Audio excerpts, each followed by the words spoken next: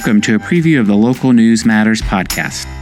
My name is Tim Regan-Porter, and I'm the CEO of the Colorado Press Association, the trade group for print and online news media in Colorado, and of the Colorado Press Network, our ad placement agency. In Local News Matters, I sit down with guests from newsrooms and support organizations across the U.S. to highlight the interesting and innovative work of local newsrooms, as well as the crucial questions they face as they endeavor to evolve their organizations to produce more meaningful journalism, to better serve their communities, and to enhance their organization's financial sustainability for long-term results. We'll delve into a wide range of topics in extended conversations, provide key takeaways for the TLDR set, and even summarize recent industry news. Anyone doing new or exemplary work or proffering thought-provoking insights is fair game.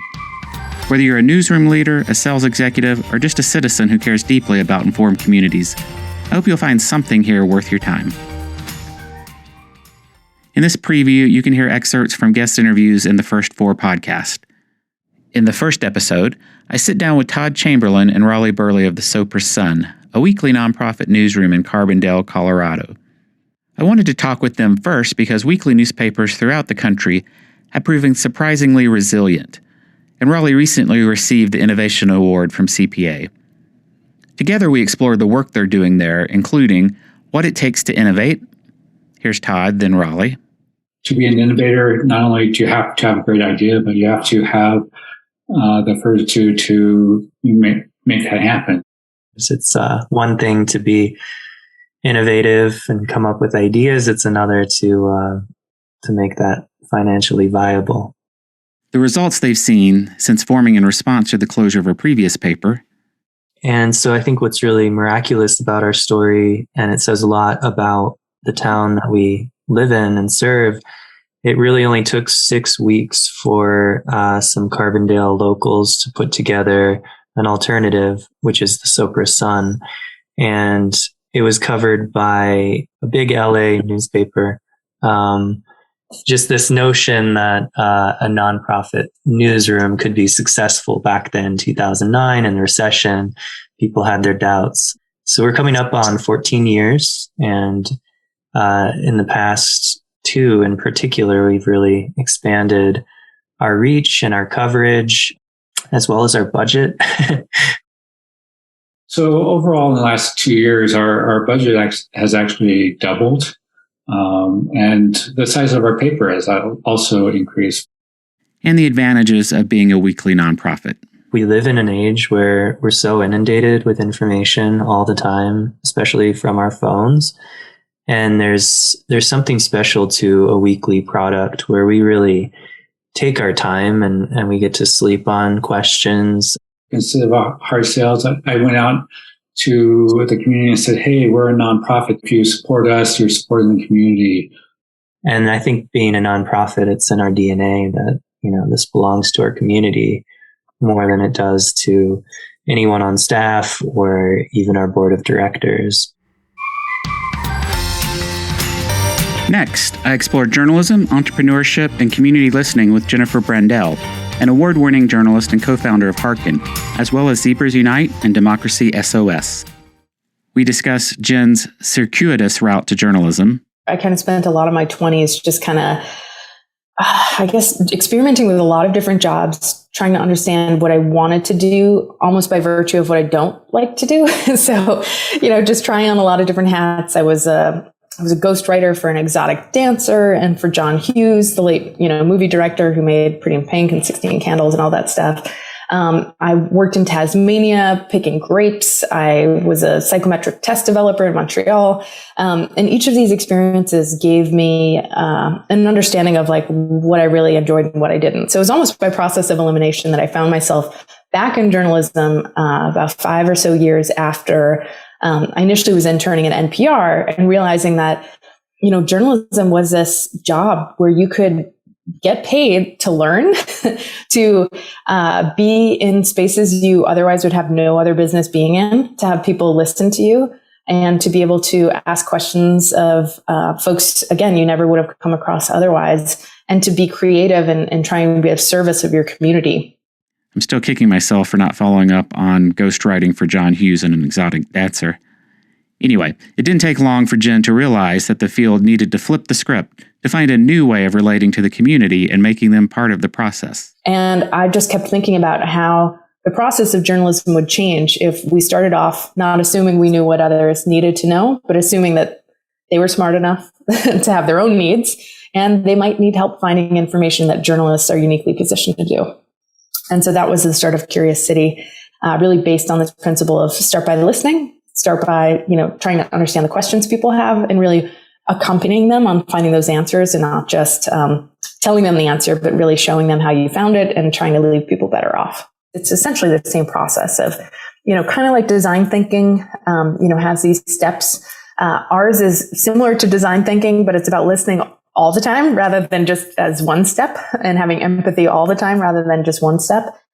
Among the many topics we discuss, Jen offers lessons she's learned in working with scores of newsrooms across the country and the world, and what it takes for institutions to innovate. It really is about making sure you have buy-in from the right people and for the right amount of time to give something a go. And that you do set some sort of benchmarks as to what you expect and check in over time to make sure it's going in that direction. And the ability to kind of like call an audible here and there and say, hey, it's not working how we thought. Do we still think it should continue, or should we massively rewrite our hypothesis? Innovating with limited time and money. I also think just starting small, and if you're not in a position like most newsrooms are not, in which there's, free floating dollars to try new things and throw spaghetti at the wall, it's about trying to figure out who in your newsroom already has like a sparkle in their eye to try something new, and not trying to force someone, into doing something top down that they wouldn't otherwise be interested in doing. Her reaction to a common saying in journalism: I always hate it when people say give voice to the voiceless, because it's like, people have always had a voice. It's just you're not listening. So I feel like I hear that over and over again of like, our job is to give voice to the voiceless. Like, no, your job is to actually shut the hell up and listen and let those people tell their own stories. Those people as in everyone else outside of, your news org that you feel like you're being a savior to. Alternative motivations and approaches to diversity. I think there's probably a lot of people who understand just on a very basic level that diversity is good, because not having it is unjust. But I would challenge people to think more about the problems that are there to be solved, that can be solved by people who have lived experience and who have a point of view that they're bringing, and who have talent and genius that have yet to be recognized or given an opportunity, what that world could look like when everyone's able to contribute to the best of their ability. Engagement is one intermediate step, in that if you don't have a newsroom that adequately reflects the demographics of who you're trying to serve, you can still involve them in the story-making process, even if they're not on staff, by inviting them into the process of creating your journalism. An alternative way to view the job of journalism. How could they think of themselves more as a node in a network for mutual aid, whether that aid was around information or otherwise? And as the pandemic hit and other, crises, climate crises have hit, I see more and more the need for like newsrooms to be in the mutual aid business. And her reflection on the pace of change in journalism and society. I was staying at an Airbnb this weekend for a friend's baby shower.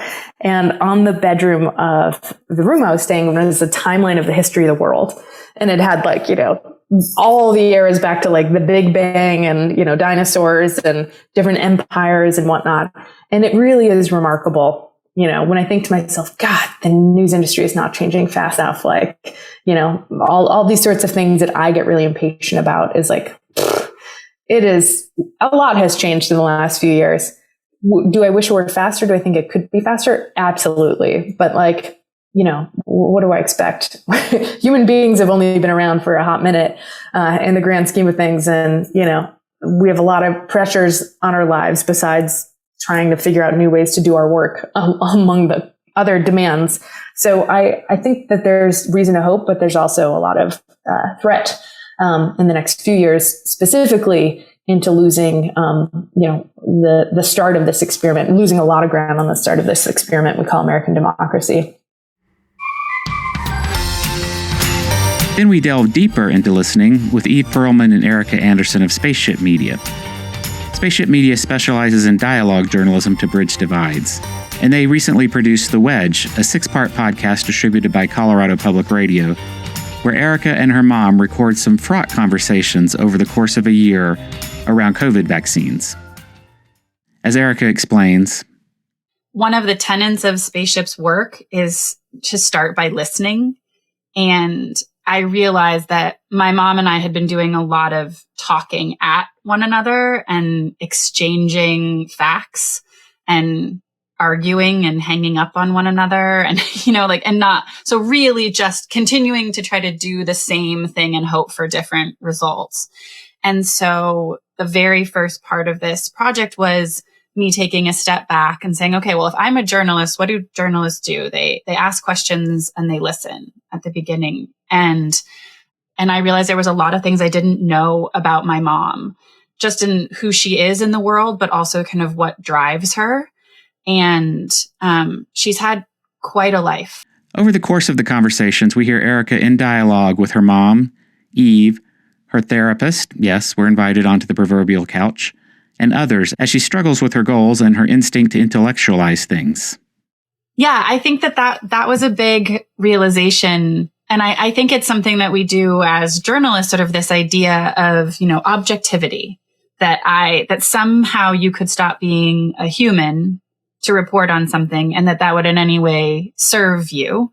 And obviously, that's tricky, talking about bias and things like that. But I think we also do this a lot to just make it through the world, to make it through our day.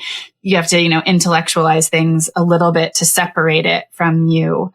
But in this case, that wasn't serving my life. And it also wasn't honest because, what was driving me was absolute terror.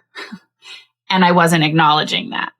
I was making it about my mom being wrong. What started out as an illustration of dialogue journalism turned into something much more personal, centered around individuals and relationships. It was like there were two goals. I wanted to maintain a relationship with my mother and have it be, an honest and open and loving relationship. And I wanted my mom to change her mind about her views. And those two things I hoped could coexist. And, but it made it incredibly frustrating because as a journalist, I have access to, I have an experience of how to research and how to find experts and how to talk to them. And so I had hoped, I'll bring my mother into my world and she will see the light, of the truth of what this is. And it didn't work. That's not, that's not how the world works. And there are so many conversations where I would come to Eve and I would say, it's not working. And she goes, that's not the point. The point is maintaining the connection. And then we see what happens because you can't get anywhere with anyone if you're not in connection. And I was like, yeah, totally. But I'm still going to change your mind. That was just this constant piece. And I often feel, so we have these big conversations and people are in a room or online and they're, finding common ground. These people who, voted for Trump and voted for Hillary and they're not feeling animosity towards each other. And then my question always is, okay, so now what? How do we change the people's minds who are wrong? And then it's like this. So I'm constantly having to reset of just, that isn't the point. Even is as frustrating as that is, for journalists who want to talk about, big T truth, we set out to make a piece that I thought was going to be a lot more about facts and changing minds and showing the journalistic process to someone who was not a journalist. And that's not ultimately what that brought any sort of conclusion to this or any kind of payoff. But to me, this does feel like a piece of service. I'm just like, you too can do this. But don't do it without help and support. And we do explore tips for journalists or anyone wanting to have productive, meaningful, and informed conversations across differences. Eve and Erica also discuss engagement journalism's role in the news ecosystem and its focus on service. I always think that there's just lots and lots of ways to do journalism. To be a journalist, there's, great value in the piece that takes 3 years. There's great value in the piece that lets you know why the street is closed down there. It's different, but we need that. There is a movement, you alluded to it, engagement journalism, participatory journalism, constructive journalism. There's a lot of people who are working on the same sorts of challenges to the kind of journalistic positioning that doesn't invite consideration and empathy and expansiveness and humility. And so I think we're seeing all kinds of efforts to do it differently. I mean, I think I often sit on the point of we don't have a shortage of information, right? There's plenty of good reporting that exists, but we do have a shortage of people being able to hear it. And that's why, Spaceships sits where Spaceships sits. It's how can we make it so the facts that I bear are hearable and consumable or digestible. I feel really privileged for the fact that my lens into journalism was through this engagement style of journalism, and seeing first and foremost, is this thing that you are making going to serve someone or a population or a community of people? Is this giving them information that they need? Is this somehow making their life better? Is it giving them a blueprint? Is it giving them a tool? I want to flag that as a really important thing as I think about Spaceship's work and many other journalistic innovator works as centering community, not the reporter. So not my byline, my story, my brand, but what am I doing to be in service to, in our case, divided communities who aren't hearing each other, but across the board. And I think when you show up in service, people know that and hear that. And that's very different than showing up extractively, right? Here, give me the quote that fits my story. Give me a soundbite that says what I have in mind you should say so that it flows in my piece. It's just a very different orientation. And I sort of believe that, as the news and information space has gotten fragmented and cacophonous, it becomes even more vital to sit in that space of humility with empathy and service, because people feel that. And that's what you have going for you that trumps everything else, because people respond to real connection. In the fourth episode, Michael Bolden, Executive Director and CEO of the American Press Institute, expounds on local news and democracy. There is a huge question about local news and maintaining its place as an enabler of our democratic society and institutions. It is no accident that freedom of the press is enshrined in the First Amendment. The founding fathers clearly knew, first of all, that American democracy is an experiment. George Washington spoke of it as the last great experiment in civic happiness. And, we think about the pursuit of happiness. When we hear that, we often think it's about individual happiness, but it's not. It's about how we exist and coexist together, and the ability to make decisions together that affects how we live and how our society functions, and ensuring that people have the information they need is a vital part of what the free press does. And so at the local level, we have to have a robust, thriving free press providing people with the information they need, whether it's in Denver or Arlington or Burlington, Vermont. It's absolutely critical. Otherwise, we're going to see more of our democratic freedoms slip away because people won't have the information they need to coexist in our communities. So I think that is one of the first things that we need to hold up as important. And remember that context when we're dealing with everything else that comes our way, that freedom of the press is an enabler of what is a great democratic experiment. And when it suffers, our democracy will suffer. The crucial role of listening in local news. How connected are you to the people who are in your backyard, and how involved are they in helping to, set your coverage priorities and your relationships? One of the things that I fundamentally believe has to be a part of any local news operation is, what does your community listening look like? How are you actually connecting with people and hearing them, as opposed to imposing your will on them? The mindset that listening requires. Well, it does take a different mindset. And I mean, I think it takes a huge amount of humility, because your assumptions are going to be challenged. You're probably going to be told that you're wrong about something. And none of us wants to be wrong about anything, right? And that can be one of the reasons why it's so difficult for people to sort of acknowledge what's going astray. The problem of defining journalism and the roles of legacy media and startups. But it will never be one thing or the other. It will be all of these things. It will be some legacy broadcasters and publishers and whomever who have figured out how to better serve audiences and who have created pathways to sustainability. It will be some digital native organizations. It will be nonprofit legacy media like NPR. It will be bloggers and the guy who's on Twitter or Mastodon or whatever tweeting the scanner news. It will be all of these things.